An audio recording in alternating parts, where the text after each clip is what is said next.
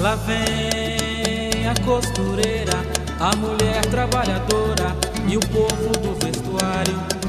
E chegam cedo, não tem hora de parar, porque a vida é muito dura e é baixo o salário. E tem patrão que só pensa em produção e não quer reclamação, nunca fala em registrar. Mas nossa gente com isso não está contente, pois quer tudo diferente e por isso vai lutar.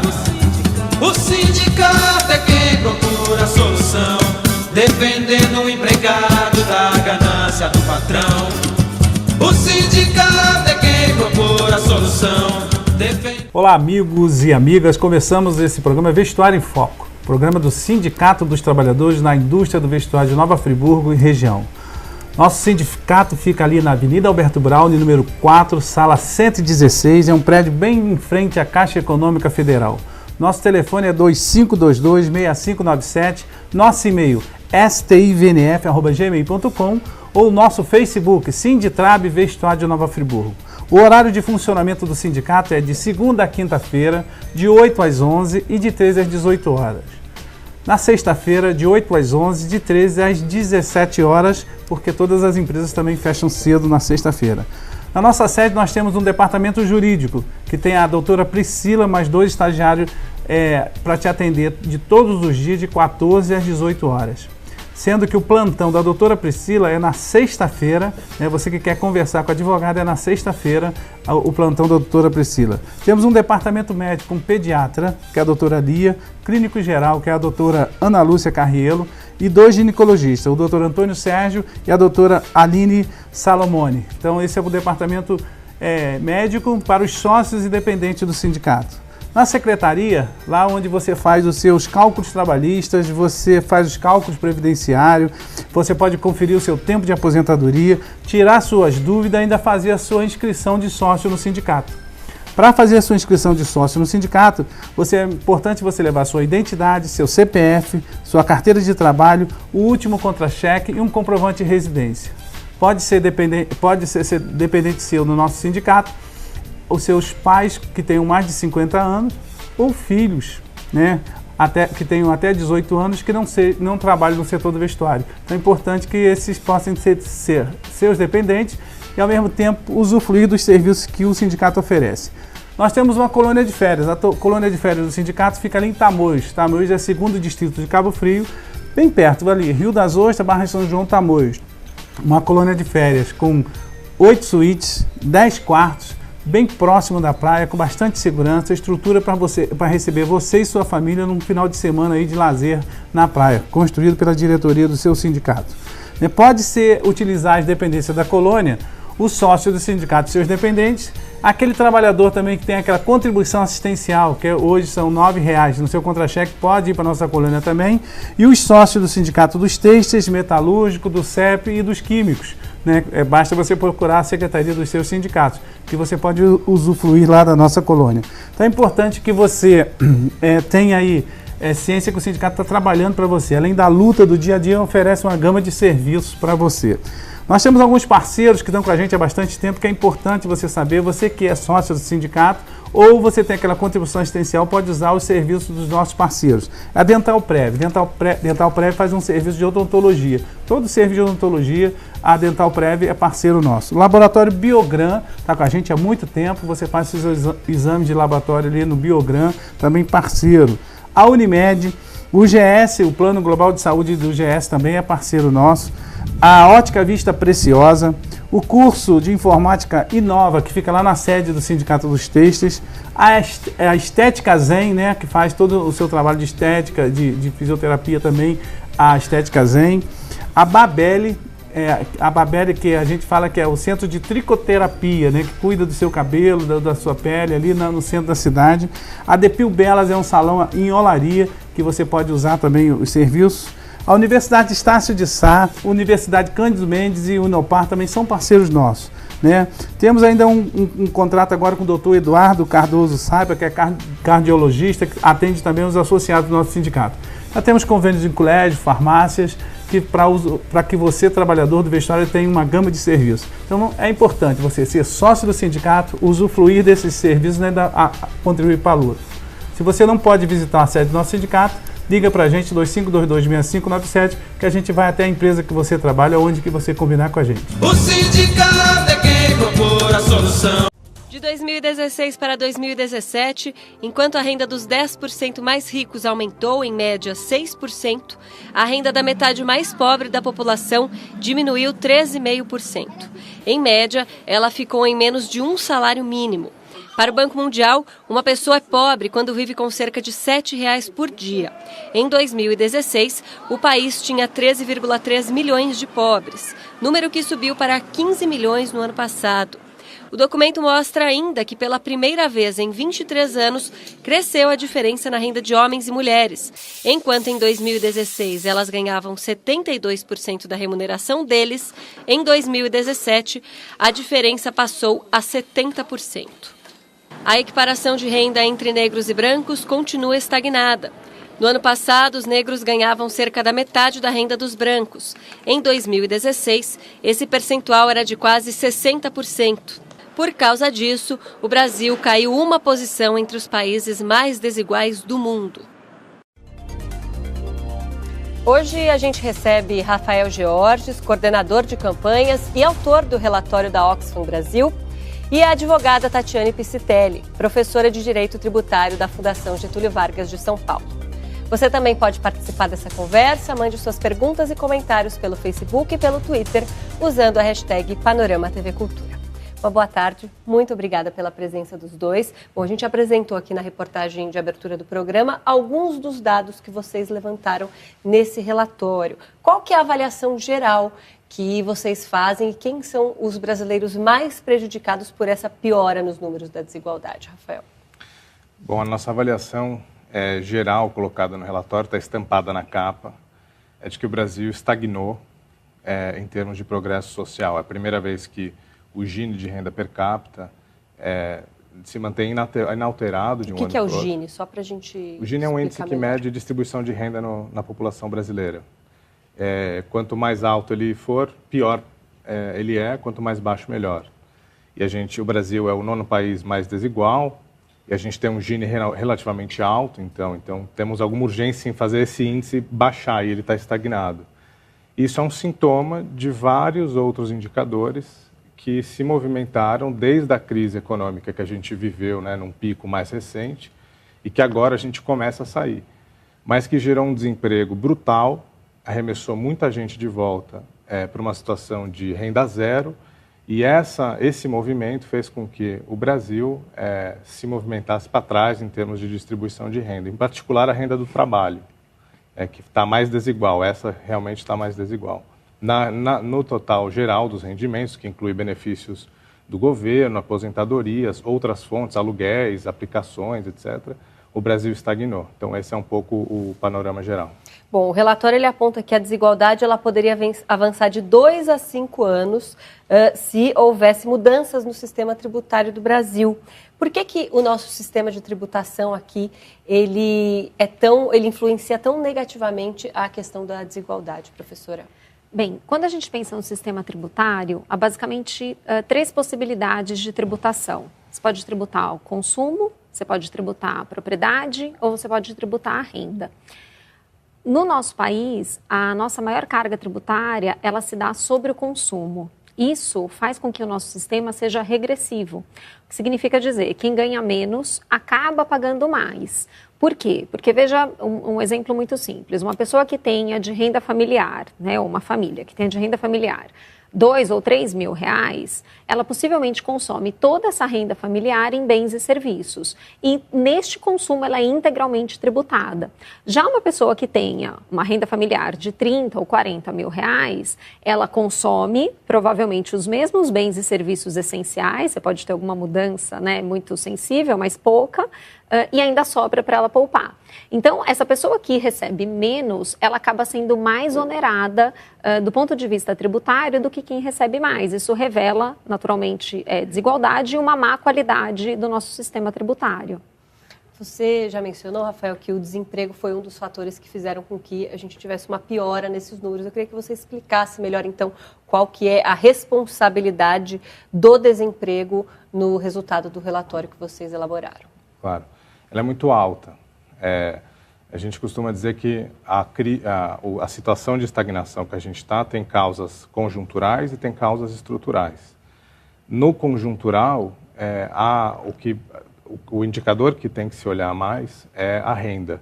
E a renda no Brasil, ela depende, no Brasil e no mundo, ela depende muito mais do trabalho do que de outras fontes.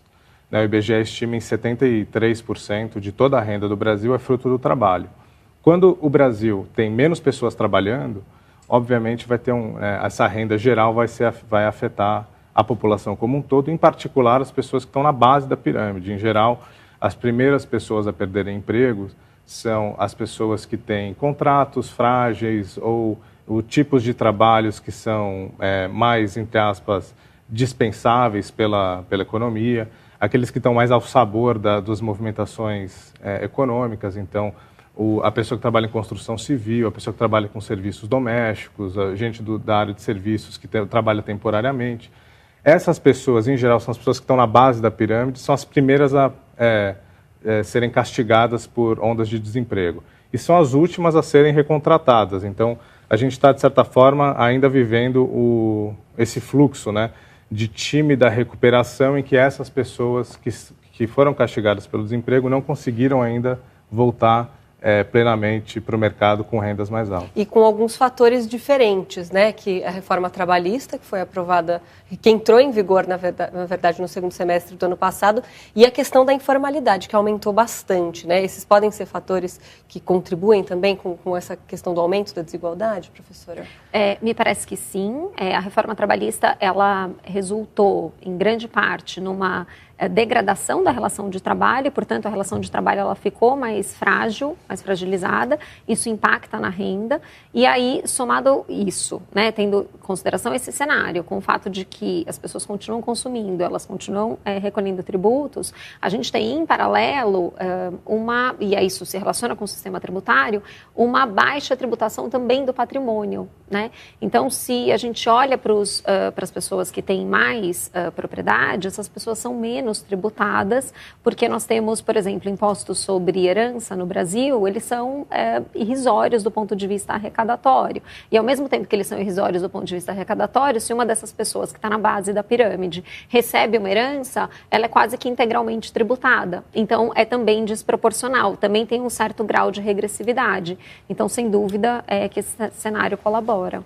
Vocês apontaram aqui no relatório também que houve um retrocesso de 17 anos no volume de gastos sociais, principalmente nas áreas de saúde, educação e assistência social de 2016 para cá, coincidindo com a PEC do teto, que foi aprovada em dezembro de 2016. Quais são os impactos dessa redução nos gastos sociais aqui no nosso país?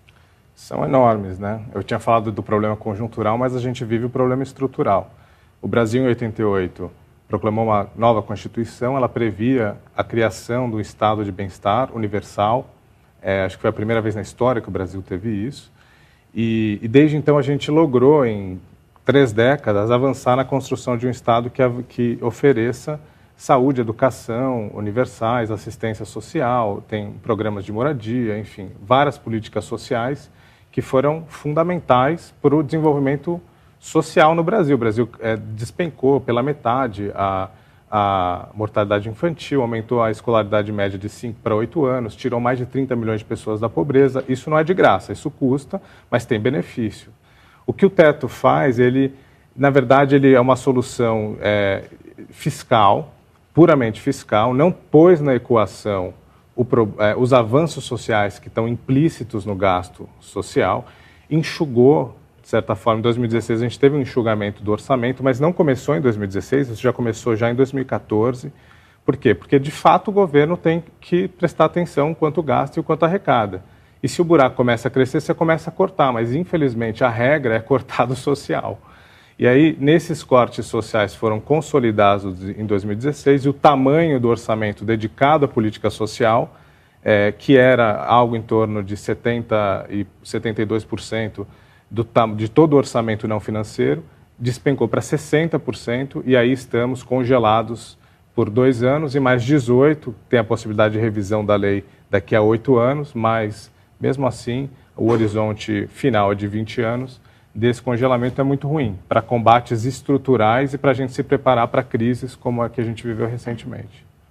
E nesse sentido, na discussão da PEC do teto, o que é também relevante lembrar é que quando ela foi proposta, ou quando começou o debate, que foi muito rápido, né? Muito rapidamente ela foi aprovada, não se colocou nessa conta a possibilidade de uma revisão dos incentivos fiscais. Porque, naturalmente, que com a PEC do teto, o que o governo queria era estagnar o crescimento de despesa de forma a ter alguma folga, né? No médio prazo. Agora, isso eventualmente poderia ter sido feito também pela revisão dos inúmeros incentivos fiscais que nós temos. Para o próximo ano, para o orçamento de 2019, me parece que são 309 bilhões de incentivos fiscais previstos, do ponto de vista da União. Certamente que a gente precisa discutir como que esses incentivos são distribuídos, a quem eles beneficiam, porque eles são os gastos indiretos do governo, na medida em que o governo deixa de arrecadar. Com quem que o governo está gastando? Essa pergunta precisa ser respondida. 300 bilhões são 3 vezes o orçamento federal na área da saúde, para se ter uma noção assim, do tamanho. Que é um dinheiro que, como você estava falando, poderia ser investido em todas essas áreas sociais que trazem, né, essas melhoras nos índices aqui do nosso país. Vocês trouxeram um dado também sobre a desigualdade entre as regiões. E a região sudeste foi a única que apresentou alguns dados diferentes das demais regiões. Queria que você explicasse o que vocês constataram em termos de desigualdade entre regiões. O sudeste concentra a maior parte dos trabalhadores no Brasil porque concentra a maior parte da população brasileira. E é uma região economicamente mais rica, onde a atividade econômica é mais intensa. Então, claro que em momentos de crise, ela tende a ser mais responsiva do ponto de vista ruim à crise. Se o Brasil vai mal, o Sudeste costuma puxar encabeçar esses indicadores de pior econômica. O que acontece é que, de fato, também a região Sudeste é uma das mais desiguais. E a recuperação da economia na região Sudeste, ela é muito simbólica em relação à recuperação no resto do Brasil. Quem está no topo recupera mais rápido, então, assim como a gente fez o recorte da crise ou das desigualdades das rendas na região Sudeste e nas outras regiões, no recorte da variação de 16 para 17, quem está no topo, em geral isso no Sudeste acontece muito, quem está no topo voltou a crescer em termos de renda, sobretudo por conta da renda do trabalho, e quem está na base continua perdendo porque o nosso movimento é muito lento e o modelo econômico no Brasil ele não é redistributivo, né? Ele ainda é muito concentrador. E há variações de tributos entre os estados que justifiquem aí essa diferença, professora, ou não? Olha, a principal fonte de arrecadação dos estados é o ICMS. O que a gente tem é que o ICMS ele é utilizado muito frequentemente como forma de realização de política fiscal pelo estado para atração de empresas e, consequentemente, de empregos. Uma diferença, então, existe essa diferença porque há uma competição entre os estados, né? Que muitas vezes é intitulada guerra fiscal, mas em alguns casos ela é saudável porque ela possibilita o desenvolvimento de regiões mais afastadas e menos desenvolvidas. Agora, do ponto de vista de outros impostos, a gente tem o ITCMD, que é o Imposto sobre Herança e Doações, que há uma certa diferença entre os estados, especialmente no que se refere ao nível de isenção do ITCMD. Então, o estado de São Paulo tem um determinado nível de isenção. Minas, se não me falha a memória, não tem nenhum. Então, alguns estados prevêem uma tributação mais pesada sobre o patrimônio, mas que acaba atingindo os mais pobres, né? Porque se tributa desde o início. Mas me parece que a grande causa pode ser o ICMS, esse mecanismo de incentivo fiscal. A disparidade de renda entre mulheres e homens, brancos e negros, é uma realidade histórica no país. Políticas para reduzir essas diferenças salariais entre raça e gênero teriam um efeito direto sobre a desigualdade social brasileira. Ana nem completou 30 anos e já é uma empresária de sucesso. Apesar de ser fluente em 5 idiomas e pós-graduada em Direito, nos anos em que foi funcionária de outras empresas, sofreu preconceitos. Eu usava o cabelo crespo natural, que eu acho muito bonito. E muitas vezes fui interpelada na seleção, onde pediram para eu prender o cabelo. chegaram a dizer para mim que eu não era exatamente a cara daquela empresa, que eu precisava refinar o meu estilo. Um estudo feito por sociólogos do IPEA, da USP e da Universidade Federal do Rio de Janeiro mostra que um homem com idade e instrução iguais às de uma mulher que vive na mesma região ganha quase 44% a mais. Já a vantagem salarial de um branco sobre um negro é de 12,7%. Eu vejo que é uma perda de talentos, né? Um desperdício de talentos, né? Nós temos aí, deixando de qualificar, de empregar e reconhecer particularmente, né, pessoas aí talentosas, né, cérebros importantes, meramente uma questão de gênero e de cor da pele. Pois é, esses foram outros assuntos tratados por vocês no relatório, né? A desigualdade de gênero e a desigualdade racial. Então, um dos dados que vocês trouxeram foi que aumentou a desigualdade nos salários de mulheres em relação aos homens. Então, já existe uma distância grande e ela ficou ainda maior agora, é isso, Rafael? Isso, foi uma variação bastante única quando olhado em série histórica. As mulheres têm vivido um processo de inclusão na economia histórico no Brasil, e isso tem afetado a renda e muitos outros aspectos, né? A mulher que tem a sua própria renda, ela tem independência em relação aos homens, ao seu marido, à sua família, enfim. E então isso é um indicador também não só de igualdade de renda, mas de equiparação de gêneros em geral. E pela primeira vez em 23 anos a gente vê um recuo desse tamanho. Realmente é chocante, porque esse é um indicador que ele é muito simbólico para medir desigualdades no Brasil. Quem faz parte da base da pirâmide é a mulher e a população negra. Se esses dois grupos, que não são minoritários, pelo contrário, ambos são majoritários no Brasil, vão mal, significa que o Brasil inteiro vai mal, né? Não é um recorte, isso é a desigualdade. Já que a gente tem um país com maioria de mulheres, né, e maioria da população negra, que o outro dado que vocês trouxeram é de que parou de diminuir a diferença de renda entre negros e brancos, que também ela é bastante grande, né? Esses dados, eles acabam indicando, então, um caminho de retrocesso, né? O que a gente pode fazer para evitar isso? Bom, posso te falar do ponto de vista tributário. Do ponto de vista tributário, o que me parece é que a gente precisa de uma reestruturação das bases, das incidências tributárias, né? Então, como eu disse no início, a gente tem, então, tributação sobre a renda, consumo e propriedade. Como eu disse, a concentração no consumo, ela só desfavorece a desigualdade e aí ela onera mais mulheres negras, né? Que estão exatamente na base. Somado a isso, né, uma desconcentração na tributação no consumo, a gente pode pensar numa maior, além da maior tributação da propriedade, que eu acho que tem espaço, maior tributação da renda. Hoje, uma das grandes causas de desigualdade na renda, na tributação da renda, está no fato de que a distribuição de lucros e dividendos, ela é isenta do pagamento de imposto de renda. Então, o que nós temos é que as pessoas físicas que mais recebem rendimentos, elas são aquelas que são menos tributadas. Então, isso gera uma concentração ainda maior no topo da cadeia, porque além de serem pessoas que já estão melhores posicionadas do ponto de vista da sua profissão, elas ainda são menos tributadas também na renda, já são menos tributadas no consumo e também são menos tributadas na renda. Então, da minha perspectiva, um caminho seria uma reestruturação do sistema tributário voltada exatamente a esse maior equilíbrio entre as bases de tributação. Quais são outros caminhos que vocês apontam para a gente não entrar de vez nesse retrocesso? Tem uma agenda grande de trabalho para combater desigualdades no Brasil, né? A agenda tributária talvez é uma das mais prioritárias, mas também retomar investimento social.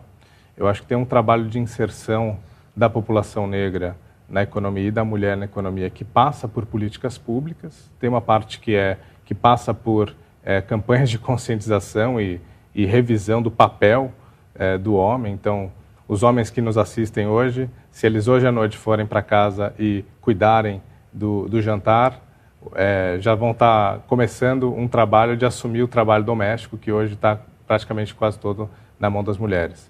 E passa por isso também, mas passa por políticas públicas específicas em educação. Eu acho que tem um trabalho grande de combate ao racismo no Brasil, passa por rever as políticas do mercado de trabalho, acho que isso foi mencionado pela professora. Tem a reforma trabalhista, ela tirou o poder de fato do trabalhador, né? Ele reduziu demais e criou uma assimetria inaceitável na relação capital-trabalho, e a aproximação da população com o sistema democrático, com os governantes. Tem uma agenda muito larga assim, de trabalho para... São muitas frentes. Tanto a professora quanto você apontaram a reforma no sistema tributário como uma das prioridades, mas aquela reforma que está em pauta no Congresso, da maneira como ela foi estruturada, resolveria o problema, na sua visão, professora?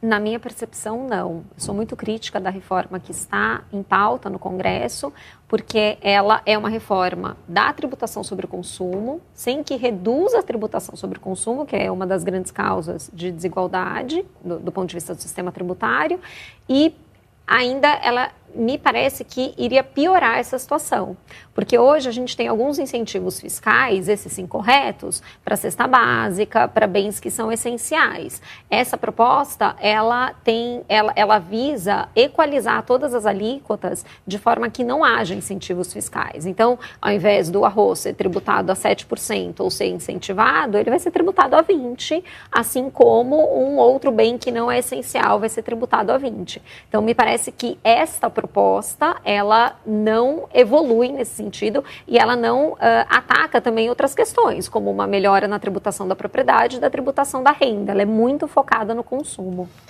Ela é a continuidade do debate tributário que tem sido feito no Brasil desde sempre, né? A pauta da reforma no sistema tributário tem sido sempre simplificar e reduzir carga. E eu acho que é um discurso que foi vendido, inclusive em campanhas muito conhecidas que envolvem Pato Amarelo, que acabaram colocando essa narrativa na boca de todo mundo, de ricos e pobres. Mas o fato é que tem uma agenda da redistribuição, quem paga a conta no sistema tributário, que nunca foi de fato discutida nas reformas tributárias no Brasil. E essa é uma agenda central, para concordar com a professora. Nós estamos recebendo aqui muitas participações. A Priscila Lima mandou pelo Twitter o seguinte comentário: o salário do trabalhador é mínimo, fora os que não têm emprego, e pagamos o que consumimos num preço acima das condições de uma pessoa comum. E ainda falando sobre salário, a Mileide Signorini, pelo Facebook, pergunta: aumentar o salário mínimo seria um paliativo ou parte da solução? Ela faz parte aí das frentes que vocês propuseram no relatório? Sem dúvida. No relatório a gente focou na frente de desigualdades, tributária e de gastos sociais. Na parte de desigualdades, o aumento real do salário mínimo é uma política importante. Ela explica a maior parte da desigualdade que a gente conseguiu reduzir nos anos 2000. Então, ela tem que estar no horizonte. Ela tem um impacto, aumentar o salário mínimo tem um impacto fiscal, porque o salário mínimo está atrelado a benefícios previdenciários, por exemplo. Então, isso tem que ser equalizado. Existe uma calibragem a ser feita, mas ele não pode ser escanteado, porque o salário mínimo no Brasil ele é baixo para as necessidades. E o brasileiro precisa aumentar a sua qualificação também, para poder justificar aumentos salariais. Tem uma agenda que vai junto com isso. Só que o aumento real do salário mínimo ainda tem margem para avançar no Brasil. Essa é a nossa visão. A gente vê muitos empecilhos aí para que essas mudanças que seriam tão importantes aconteçam. Na reforma do sistema tributário, quais são os principais empecilhos que você enxerga, professora? São diversos. Acho que tem empecilhos políticos. Me parece que os entes da federação, eles não estão muito dispostos a fazer uma reforma estrutural no sistema, porque isso revelaria, ou poderia revelar perda de poder, né? Então, abrir mão de receita é abrir mão de poder, mas especialmente porque me parece que a gente tem uma questão séria de representatividade no Congresso Nacional. Porque, veja, se a gente cogitar em tributar mais a propriedade ou tributar mais a renda, naturalmente que isso visa mexer no bolso dos mais ricos, né? E aí, quem são essas pessoas que estão no Congresso? Quem elas representam? A população mais pobre, ela é menos representada no Congresso Nacional na busca pelas suas necessidades, haja vista a aprovação da PEC do teto. Então, me parece que tem uma questão política importante, mas você tem uma questão democrática que também está em jogo, que é de representatividade. A gente não consegue aprovar aumento de tributação sobre a propriedade ou revogar tirar a isenção do imposto de renda em relação aos lucros e dividendos, em grande parte porque isso mexe com o empresariado, né? Porque aí você entra na campanha do pato. Então, acho que tem uma questão federativa, mas você tem uma questão de representatividade democrática. E um último ponto é esse discurso de eu quero pagar menos tributo, de fato foi um discurso que foi difundido entre ricos e pobres, né? A história do pato ou do sapo. Qual é o problema? O problema é que a gente não consegue fazer com que as pessoas tenham direitos se a gente não tiver pagamento de impostos. Então, eu acho que falta uma consciência fiscal do ponto de vista dos cidadãos. Os cidadãos têm que saber, para que haja segurança, para que haja saúde, para que haja educação, a gente precisa ter o pagamento de impostos. Acho que o grande ponto é você direcionar essa cobrança para quem efetivamente tem que pagar, que não me parece que é o que tem acontecido no Brasil. Tá certo. Olha, eu agradeço muito a participação dos dois. Infelizmente, o nosso tempo acabou e a gente torce para que a gente não tenha mais retrocesso, porque para conseguir esses avanços sociais demora tanto tempo, mas para o retrocesso rapidamente isso pode acontecer. Obrigada, até uma próxima oportunidade. Obrigado. O sindicato é quem procura a solução, defendendo o empregado da ganância do patrão.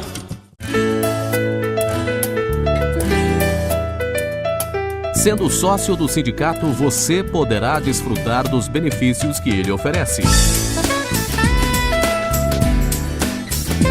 Departamento Jurídico, Departamento Médico, curso de Informática, colônia de férias em Tamoios, 2º Distrito de Cabo Frio, atendimento na Secretaria para esclarecimentos e diversos convênios. Para ser sócio, basta comparecer na sede do sindicato, que fica na Avenida Alberto Braune 4, Sala 113, tendo a carteira de trabalho, identidade, CPF e o último contra-cheque em mãos. Seja sócio e fortaleça o seu sindicato.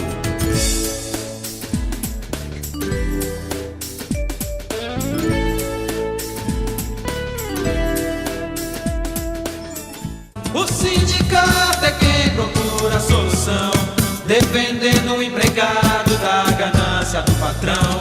Quem é aposentado ou recebe pensão, por exemplo, pensionistas, isso também, eles serão prejudicados também. Sim, todos. Embora eles omitem, né, vamos dizer, o que seria a extensão, a amplitude da reforma da Previdência, mas não temos dúvida nenhuma que ela, além de mexer no tempo de contribuição, no valor do benefício, ela também altera, por exemplo, as pessoas que são beneficiadas com o BPC, né, com o benefício de prestação continuada, com pessoas que eventualmente se aposentam, recebem um benefício em função de um acidente de trabalho, de uma situação de invalidez, de um quadro permanente, desvinculando os valores do benefício do salário mínimo, inclusive ampliando aquela faixa de 65 anos, que são dos idosos, que se não tem comprovadamente nenhuma renda, nenhum rendimento, inclusive da família, ele passa a receber um salário mínimo. Se aventava, inclusive, a possibilidade de ampliar para 70 ou mais a idade mínima para receber esse benefício. Então, o que está se consolidando, embora tenha-se muita especulação em torno do tema, é de que vem uma proposta com um grau de severidade muito grande pela frente, que vai afetar indistintamente, sejam aqueles que já estão aposentados, desvinculando o valor do salário mínimo, seja aqueles que estão prestes a aposentar, ou seja aqueles que ainda vão entrar no mercado de trabalho. E, Marilene, um dos pontos principais aí da proposta da reforma previdenciária, da equipe econômica de Jair Bolsonaro, é o sistema de capitalização. Vou pedir para você explicar um pouquinho o que seria esse sistema, e a gente tem exemplos, por exemplo, de países na América do Sul, como a Argentina, Argentina e o Chile que isso não deu certo. O que aconteceria de diferente para que desse certo aqui no Brasil? O que se colocaria na cabeça, né, de que não deu certo lá, mas vai dar certo aqui no Brasil? Sim. Bom, primeiro que o sistema de capitalização pressupõe que ao invés... o nosso sistema é um sistema compartilhado, é um sistema solidário, e o sistema de capitalização é um sistema individual. Então, ao invés... hoje, as pessoas individualmente contribuem para o sistema de seguridade social e a minha contribuição atual financia o benefício daquele que está aposentado. Um sistema de capitalização é como se eu colocasse numa poupança.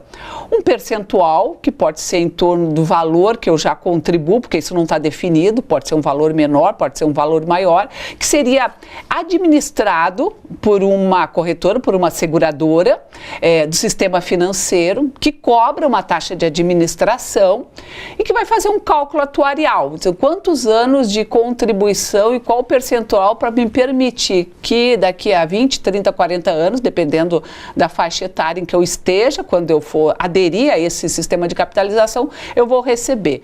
Então, isso é uma coisa muito complexa. Primeiro, porque não tem nenhuma forma de financiamento que assegure que uma contribuição mensal em torno de 8%, 11%, que é a variação da contribuição do sistema previdenciário hoje no Brasil, das pessoas que são assalariadas, com uma contribuição como essa, me permite que ao me aposentar, ao receber o benefício, eu vou receber um valor compatível com aquele que eu recebia quando eu estava justamente na atividade econômica, estava na ativa. E que hoje esse sistema me permite, porque se eu tenho uma contribuição, por exemplo, sobre o teto da Previdência, eu vou receber próximo, se for aplicar o sistema 85-95, eu vou receber praticamente a mesma coisa que eu recebo na ativa. Se eu tiver o fator previdenciário, isso vai dar uma pequena diferença de 10, 15, 20%, né? O que aconteceu com o Chile, aconteceu com a Argentina? Esse sistema no Chile, ele foi adotado ainda no regime militar. Ele começa a apresentar os seus primeiros resultados agora. Então, teve um período de transição e um trabalhador, uma trabalhadora chilena, hoje recebe, em média, $115 por mês. Ou seja, isso transformado em reais, dá mais ou menos em torno de 400, 450 reais por mês, o que é metade de um salário mínimo, e que, no caso do Chile, você tem um processo de empobrecimento da população mais idosa impressionante, de maneira que eles já estão revisando o sistema, já estão trabalhando com a hipótese de criar um outro fundo a partir do aporte das pessoas individualmente, em torno de 4%, que seria para um fundo público, e um dado mais alarmante ainda em relação ao Chile. O percentual de pessoas idosas que recorrem ao suicídio aumentou muito nesse último período, então isso tem preocupado, isso tem forçado o governo chileno, inclusive, a aportar recursos públicos para poder complementar o benefício do aposentado, para que ele possa ter um mínimo de qualidade de vida. Esse é o resultado da política que foi adotada no Chile. Sim. Então, ela, evidentemente, não nos interessa, né? Com certeza. Bom, Marilene, obrigada, viu, pela sua participação aqui no seu jornal. Até uma próxima. Ok, obrigada. Então, gente, você assistiu o vídeo ficou bem claro, Luzido, que a gente já tem batido durante muitos anos, né? Mas aí nós estamos chegando ao final, queremos só desejar aí saúde para o seu Roosevelt, né? Que ele não pode... Exatamente. A gente não pode deixar de mandar um grande abraço e melhoras para o nosso amigo, seu Roosevelt. A gente está sentindo a sua falta, seu Roosevelt. Melhoras para o senhor. A gente está com saudade. Que Deus o abençoe. Desejando a todos vocês uma excelente semana de trabalho e até o próximo programa, se Deus quiser. É isso aí, gente. Até o próximo programa. Fique na paz. Força para o pessoal de Brumadinho. Lá vem a costureira, a mulher trabalhadora e o povo do vestuário, que chegam cedo, não tem hora de parar, porque a vida é muito dura e é baixo o salário. E tem patrão que só pensa em produção e não quer reclamação, nunca fala em registrar. Mas nossa gente com isso não está contente, pois quer tudo diferente e por isso vai lutar. O sindicato é quem propor a solução, defendendo o empregado da ganância do patrão. O sindicato é quem propor a solução.